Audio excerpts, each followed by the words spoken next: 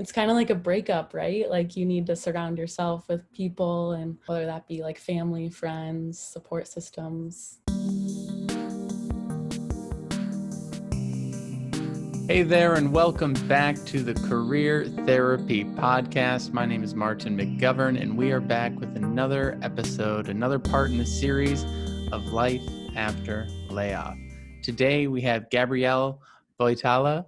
She is a Human Resource Generalist at Amount, and she's going to be telling us about a layoff that she went through a little over a year ago. Gabrielle, thanks for joining us today. Thank you so much for having me. I'm super excited to chat. We always like to kick off these conversations with the most infamous job search question, which is, of course, tell me about yourself. So let the listeners know a little bit about you. Yeah, so thank you, Martin. I'm super excited to be on the podcast. So who is Gabrielle? I am a daughter, a friend, sorority sister, partner, and I'm passionate about corporate responsibility, community engagement, social justice, environmental sustainability. I love being outside. I love going camping, hiking, exploring new places. Love being in the kitchen, dancing around, cooking. That's who I am, but what I do for a career is focused on human resources at Amount. So I am responsible for the payroll process that happens at Amount, the holistic onboarding experience of new employees, and trying to weave in more of my passion for corporate responsibility within my role as well. So really excited to dive more into that and really engage our employees. That's amazing. That's a long list of really cool things about you. What is something recent that you've cooked while dancing it up in the kitchen? My favorite and I guess most recent thing that I've cooked is some curry. So it's probably my favorite thing to cook. I feel like when I'm cooking, I just throw things into a pan and hope that it works out. So I really don't go by the recipe as probably closely as I should, but it ends up working out. So. That's awesome. Yeah, I'm very much the opposite. I'm like, how many exact onions do I put in this crock pot? But well, I'm really excited to get into it. You mentioned that you handle a lot of things around onboarding, around corporate responsibility, payroll. You're definitely in that human resources side of things, and you've also been through a layoff yourself. So I think we have a lot of really interesting ground to cover in this conversation, both with what you're doing today in building experiences for people and experiences that you've gone through in the past as well. So I'm kind of curious, as you're thinking about onboarding experiences, let's start with onboarding before we get into offboarding. What do you think matters most, or what do you pay attention to the most when you're thinking about building great experiences for employees? That's a good question. I think one of the most important things is while your onboarding experience is like the first experience of that employees are having, I think it's important to also be really transparent and not just put up a business professional side and show that your company is humanistic. There's things going on within the company and different resources, but ultimately just being transparent and showing your employees who you are at your core, what you're passionate about, what our employee culture is like, in order for them to really get a feel, especially onboarding employees virtually. It's so hard for them to understand, without walking around the office. So bringing sort of like a comfortability level around onboarding and connecting virtually too, I think is really crucial during those times. What are some things that folks should maybe pay close attention to when starting a new job or getting acclimated with a new company, either in the traditional environment or in our virtual stage today? I think people should really take a look at the leadership team, really aligning themselves with the mission and values of a company. I think those are like the building blocks of where the organization looks to head in that direction, and certain things that people are passionate about, especially with this layer of COVID and the systemic racism issues that have really a lot or ultimately changed like where the company experiences are headed now. Like if things are important to really honing in on those during the interview process, and just asking those harder questions, I think is important if you're searching for a new job in this time. I'm glad you brought that up because I work with a lot of folks and they're always, they're always worried about how far they should push on certain topics before they get an offer, right? That interview process can be very touchy. And one of the things that I try to think about is like, before you get an offer, try and have a very positive attitude and a very I want to work here attitude and things like that. Whereas I sometimes can see people, ruin chances with maybe being too critical up front or being too standoffish. There's all sorts of things that can go wrong in hiring in HR, right? All sorts of personality Yeah. quirks. But um, how I think it's interesting before we, get into your story and everything. How would you recommend someone broach those topics? Because I think that when people typically start talking about them, especially if they're not practiced talking about them, it can bring up a lot of emotions and a lot of fears and things like that. What do you think the best ways to talk about big issues would be in an interview? How do you bring those things up? Yeah, those are some tough questions for sure. And hard to answer from an HR side too, right? Like getting those questions is daunting, but at the same time, very realistic. So I would approach it and just say, like laying the groundwork, saying that you understand all of these relevant events that are going on in the world. And if that company responds in a way that aligns to what you're passionate about and what you value, then I think that's the right move for you. And if they come back with a response that is a little fishy or murky and you're not really sure, if they don't have a clear direction where they're going, I think that's kind of a telltale sign to if they can't give you like an open, honest, transparent answer right at this time. I think that's kind of a sign to keep going, like good Mm-hmm. practice. But yeah, I think it's tough for sure on both ends, but definitely necessary if that's a place that you see yourself working at and Yeah. building a career out of. So Yeah, tone is so important. It's the way that you build context around conversations is incredibly for important. I sure. know it's also something that companies are, when they're onboarding and when they're offboarding, they're always trying to strike a good balance. Not always successfully, but they're trying. So take us back in time a little bit. When you had your layoff experience, what type of work were you doing back then? And just kind of bring us back to that time in your life. Like you mentioned, a little bit over a year ago now, I was working more on the benefits side of HR. So that company specifically was more of a benefits administrator. So they were like a third party consultant, if you will, that provided benefits and the administration of that whole process to any type of client. So my team specifically was on a larger client and was really working with customer support and benefit issues, resolving tickets, things like that. And it was kind of ironic. So my manager and I at the time, we often butted heads, a lot of communication gaps, different styles of work, different everything it felt like. So when I got the call about my layoff, backtrack to about a month before that, I would say. Reached out to some peers, some mentors at that company, and they advised me to speak to my manager's boss. So go one step ahead and just, confront these issues, get advice on how I can talk to this manager better, maybe work a little bit more smoothly and with her to resolve some issues. And so I had set up or requested to set up a meeting with my manager's boss at that time. And that meeting kept getting pushed further and further back. So that was like a first sign that I wasn't really feeling valued or seen, like my voice was heard. So then finally got that meeting on the calendar about a month and a half later. Ironically, it was on the same day that I received the call about my layoff. So that meeting was set to be in the afternoon, and I got an instant message that morning from my manager like, hey, can we have a immediate one-on-one, please go into a room, close the door, etc. And so Oh, that's from how it that was moment on, phrased? Oh, from that wow. moment on, it was just like, I could tell that my manager was reading off of a piece of paper, certain talking points, and it felt very robotic.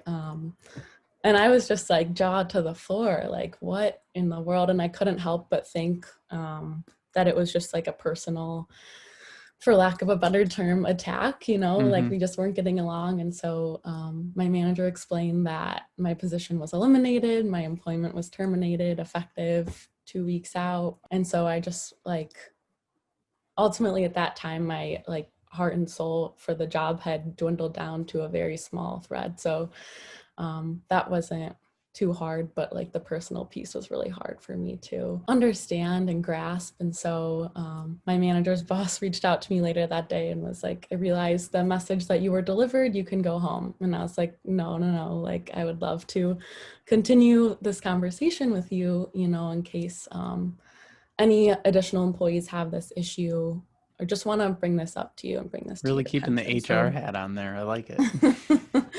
yeah, I at that point too, I had nothing to lose, right? Mm-hmm. So I was like gung ho, I had all my notes spelled out and what I wanted to say. And so got my message across during that meeting. I think it was pretty emotional, but at the same time, I was just given that news that, I was terminated from the company. So it was hard. I mean, it was such a nice summer day, and I feel like I try to be such a positive person, but like I felt like I was in a movie or something, like going home on the train, on a nice day. The irony of it was just crazy. So it was a whirlwind for sure, but definitely how I hope or how I wish no other employees received that message. Yeah, definitely a whirlwind. I think it's the most interesting part of that story to me is how they were not letting you have a voice for quite some time leading up to the actual day. And then they're like, well, we'll do it this morning and then we'll still silence her voice in the afternoon. No, you're going to get your voice heard. And I Right. love that you stepped up and made sure that that happened. As you were going through that, you mentioned it was kind of like it sort of dwindled over time and kind of your emotional connection to that role sort of dwindled over time. And I always think it's interesting to go back to the beginning of a job after you've kind of reflected on the end. What was it that attracted to you in that to that company in the first place? What were the things that you valued that you were hoping to explore in that role, and how much of it were you able to get to explore there even though it ended with a layoff? That's a good question too. I think that job specifically, we were hired in with about 30 to 40 other fresh college grads. So first job out of college, you're looking to make connections. And so that was really important to me. And then just getting a lot of HR experience. I really didn't have much to speak on or to network with. So just getting any kind of HR experience, I was excited about that.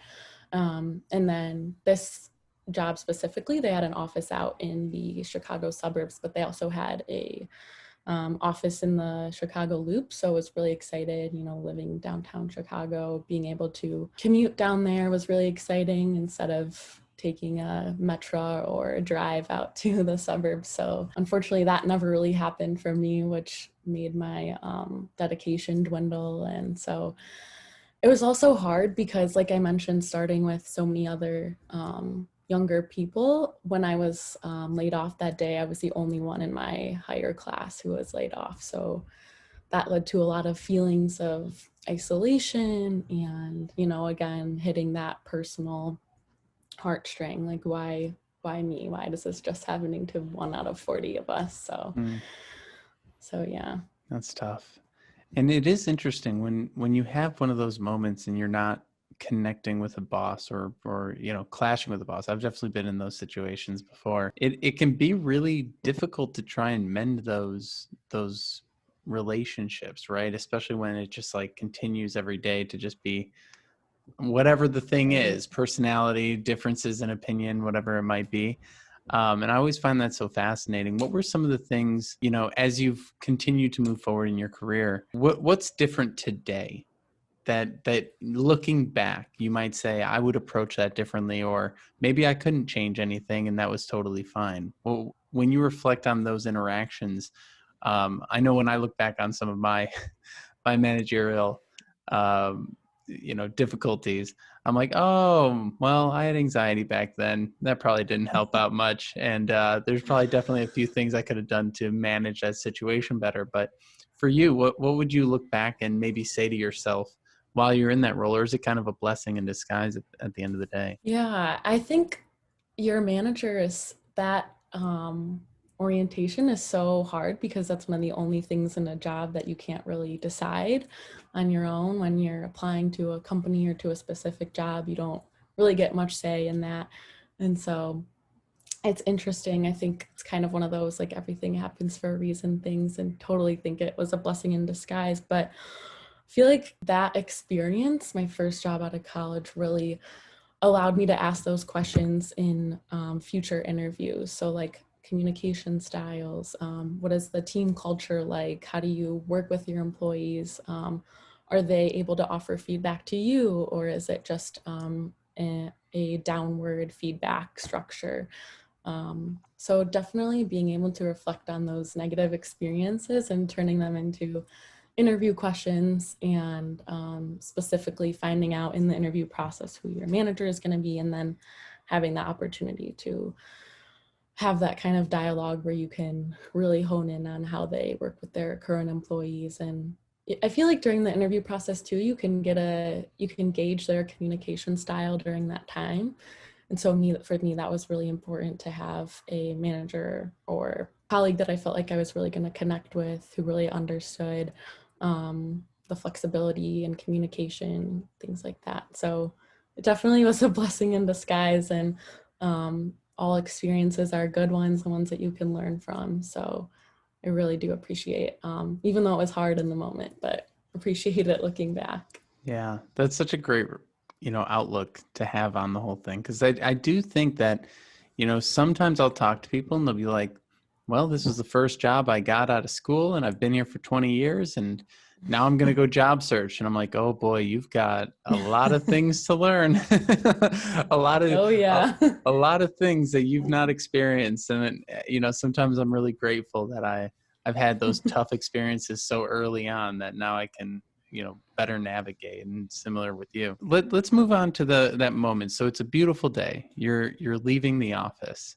You've said your piece and, it's gotten a little emotional, but now what day of the week was it? Was it early in the week or late in the week? It was a Thursday. Okay. So you had a Friday off, which is always nice. Yes. Um, A Friday to sit in my apartment and emotionally eat and cook. Oh, nice. So that's how you coped. You went home and you Yes. cooked up something. What did you cook that next day? I think I just had like pancakes for breakfast, lunch, and dinner. I feel like that's just my go-to. And then immediately the next day, I hopped on a train back home to Michigan and just gave my parents a big hug. And like during that time, you need such a support system. It's kind of like a breakup, right? Like you need to surround yourself with people, and whether that be like family, friends, support systems, therapists, whatever it is, like Absolutely. that was so important. So And how long were you in that job?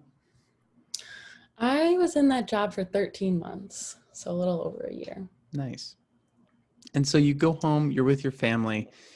And how long did it take for you to get back to, a place where you were ready to start looking for the next thing? I ended up being unemployed for 3 months, but I think it took that whole first month for me to understand like this wasn't a attack on me or anything I did personally.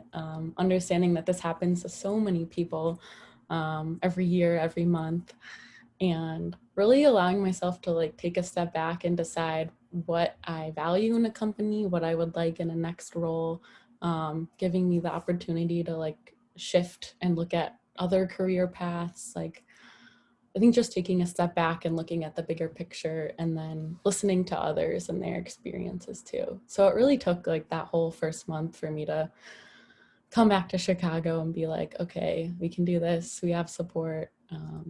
And like, there will be another day. Were there any like resources that really helped? Anything that you read or listened to? Any like or people in your life that really helped you get back on track? Yeah, there was a couple peers and mentors from that previous company that I kept in touch with, people I really connected to emotionally, and so kept in touch with them. I really made it a priority for me to get out of my apartment at least once a day. I think that really helped my mental health. So whether it was like going and working at a coffee shop or going to dinner with a friend or even just getting on a phone call with my parents and walking around the block or something, like that made a huge difference. And having something to look forward to or planning a trip to visit friends, anything like that really helped me personally. I learned a lot of like cheap hacks, like going to your library and bringing your own cup of coffee instead of paying $5 and sitting at a coffee shop. So just small things like that really paid off. And going to the career therapy meetup was awesome. Like knowing that I'm not alone and hearing 13 other people be like, yeah, I was laid off too.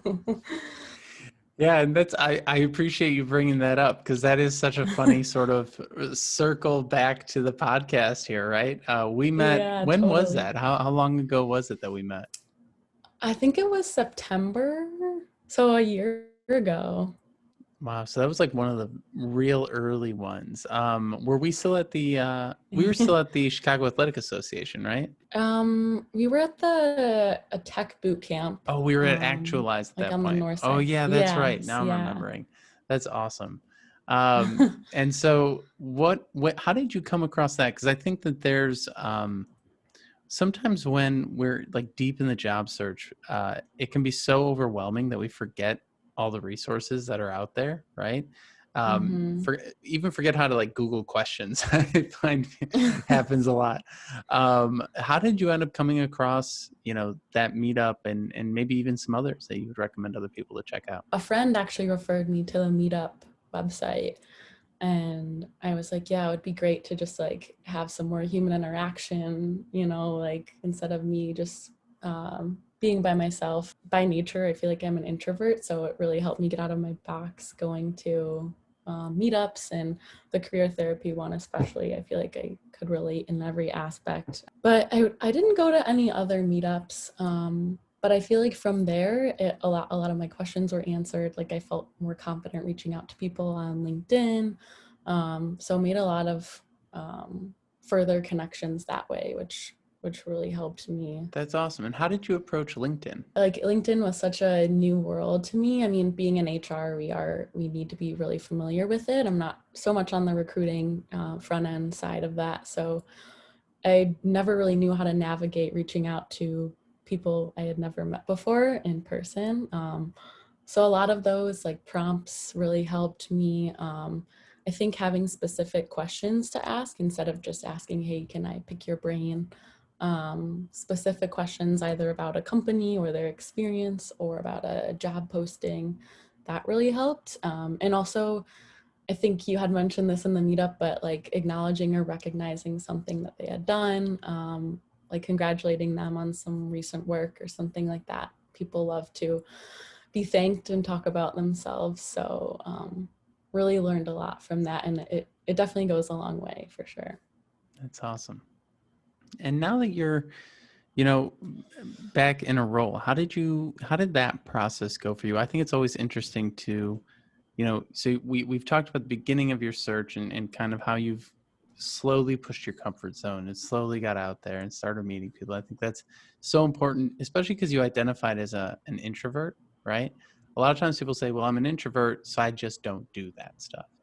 And Mm-hmm. kudos to you for pushing through that. Was that a big moment to kind of push through, or have you always been kind of pushing that comfort zone as far as you can? I feel like I force myself to get out of that comfort zone. I'm originally from a small town in Michigan, so deciding to go to college in a big city was like step one, and then from there meeting new people that I had never met before from all kinds of different suburbs. I never really used the term suburbs. So just like meeting people in Chicago. And then from there, just like, putting myself out there. I feel like once I get too comfortable, I need to feel uncomfortable again. And that's where I feel like you grow the most.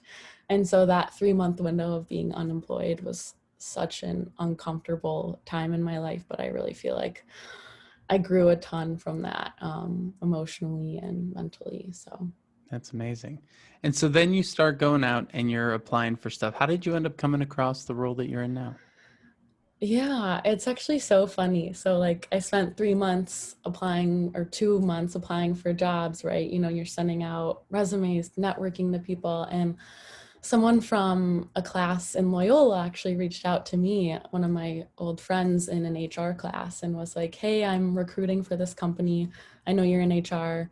How would you feel about this job? I can get you an interview tomorrow," or something. And I was Wow. like, wow, yes.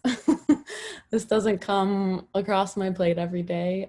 Yes, for sure. So it was so funny. Like within the next day, before I had even sent in my application, I was on the phone with a recruiter. After that, it was an in-person interview, a more in-depth with my current manager, and other members of the team. And then end of that week was the offer. So it was such a whirlwind, and so funny that like networks and connections are everywhere. And so just funny how you're not really looking in certain places and they come to you. Yeah. And I would even say, like, even if it wasn't the place that you found the opportunity, the fact that you pushed yourself to go to meetups, the fact that you pushed yourself to reach out to people on LinkedIn, and the fact that you're doing those things, all of it helps make that day that you get to the interview less daunting, right? I think there's this sort Mm-hmm. of, if people think, well, I got to reach out to the right thing, or I got to do the right thing, right?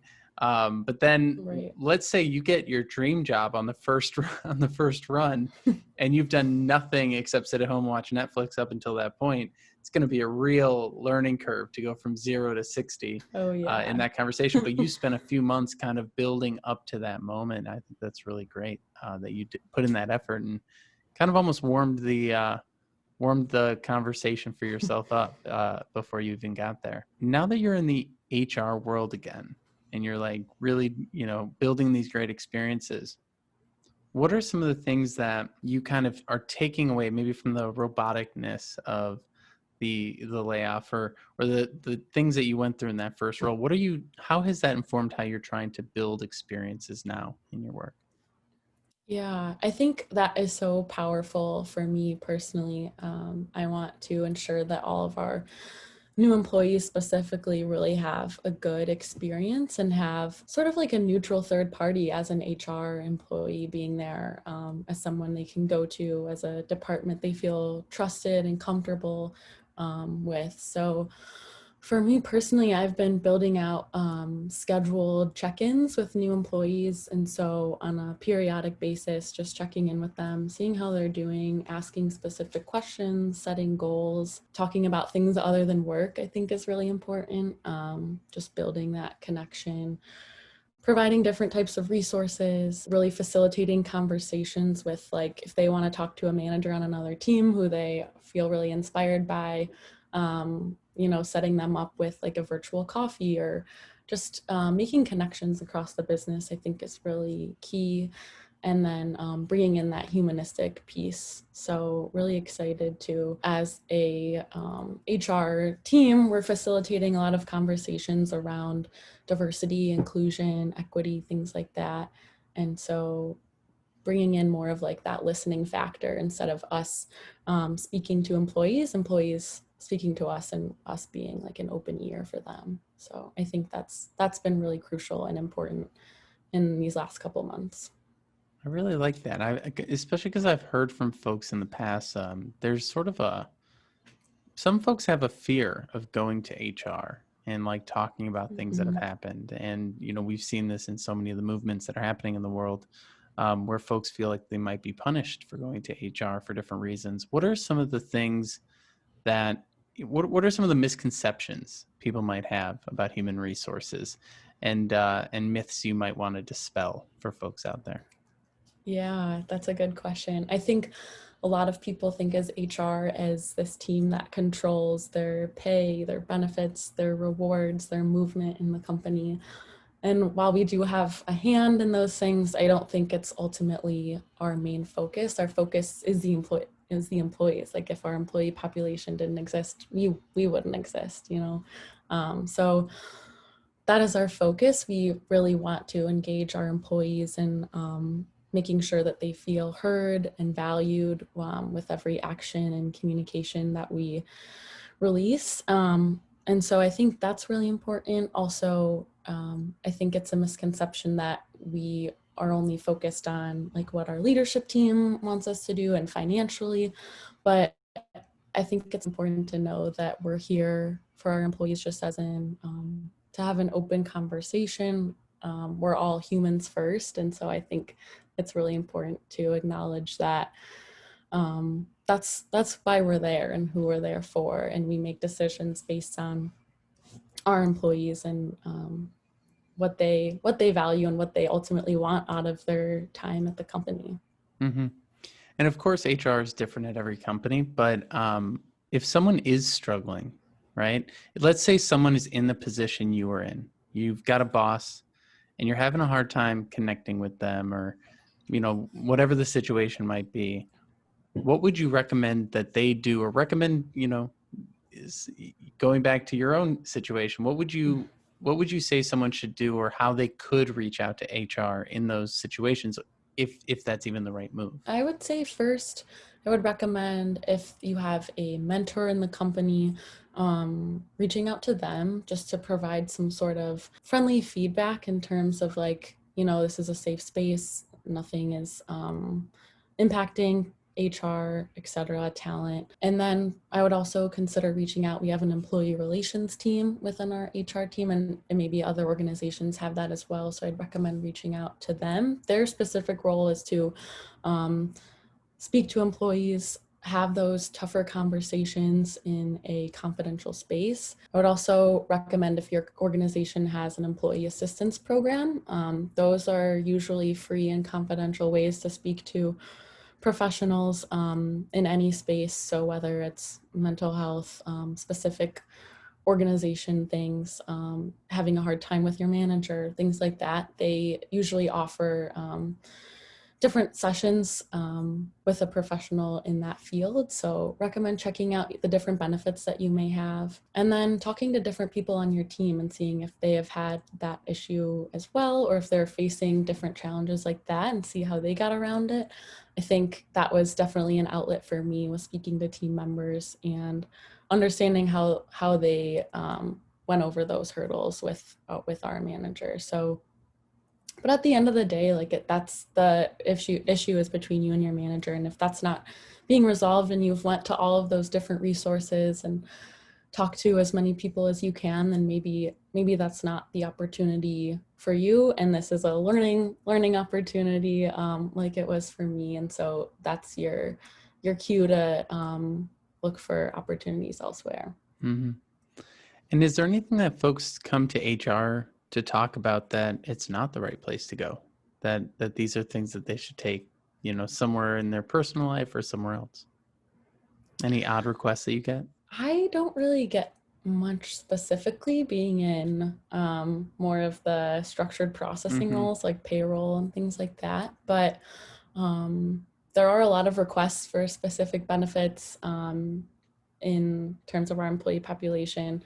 So we've recently added pet insurance to our benefit package. We recently are in the process of adding domestic partners to our coverages. So really excited to just have those opportunities for employees and ensure again that we're aligning with their values, and ultimately we're there for them. So Yeah. And maybe one more question I can ask in to help some folks who are going through the job search right now. When it comes to negotiations, do you have any tips for folks who are out there? yeah, I feel like I struggle with this a lot as an introvert, and initiating that conversation. So this is hard for me too personally, but I think It goes back to stating your value and restating your experience and ultimately how excited you are to join the company. I think a lot of companies, especially during these times that are hiring for a reason and for a purpose. And so they want to get people in the door. And if you're really excited about the organization and you can show them how much you can make an impact, then that's the perfect way to segue into like financially where you stand. And I think it's really important also to do your research. Just a funny side story. I didn't do enough research for this current job that I was in. And so I came in at a way different place than what I was expecting. And so really would like to focus on the importance of doing your research, noticing the trends in your industry, what that looks like. And if you have friends or connections in the industry, talking to them about that too. I know some people won't be super specific about numbers, but you can usually gauge a range. So utilizing your connections too. And then ultimately, if you don't come to what you feel is a fair negotiation, I feel like if you're not feeling valued when you walk in the door, then again, maybe that's not the place for you. So really highlighting your excitement, your experience, and do your research. That's awesome. Yeah, doing the research is a tough one, and sometimes like we try and say, reach out to folks, and instead of asking them what they make now, ask them what they made in their first role, because that'll give you a little bit better of an understanding, and then you kind of calculate things out from there. And where's this all heading for you? What are you looking forward to in the future? Yeah, so I'm so excited for the future. I feel like these times are leading to a lot of really hard but necessary conversations and businesses making a lot of improvements on a ton of different fronts.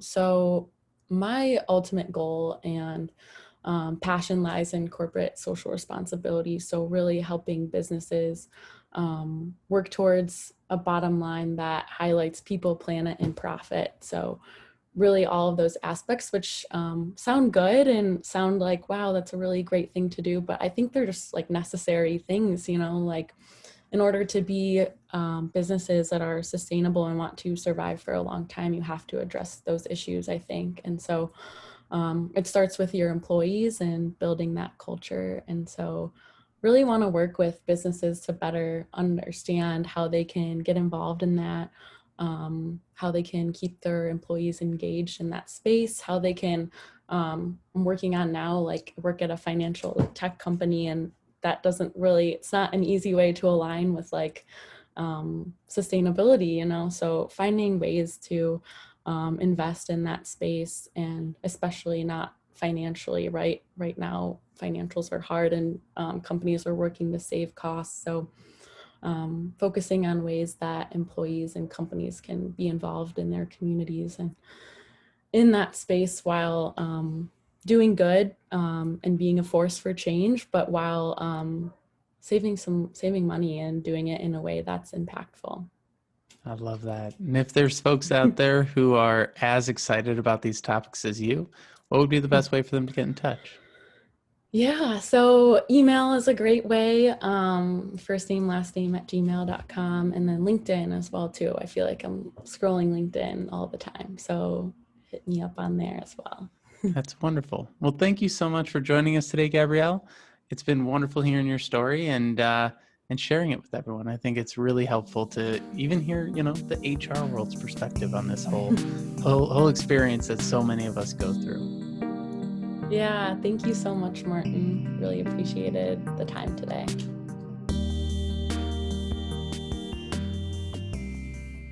Thanks so much for stopping by this episode of the Career Therapy Podcast. It's been a pleasure having you. And if you're curious about what we do here at Career Therapy, head on over to www.careertherapy.com to see all of our coaching options, resources, and links to other things we got going on.